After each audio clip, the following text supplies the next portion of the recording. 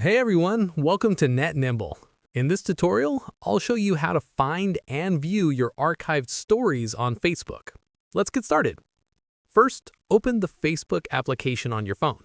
You'll land on the Facebook homepage where you can browse posts from friends and pages you follow.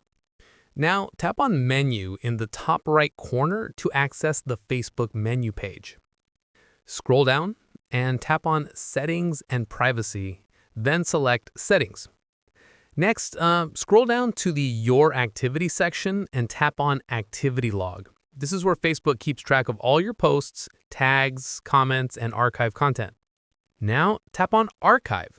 Here, you'll see all your archived posts on Facebook, content you've hidden from your timeline but haven't deleted. At the top, tap on Story Archive to switch from Archive Post to Archive Stories.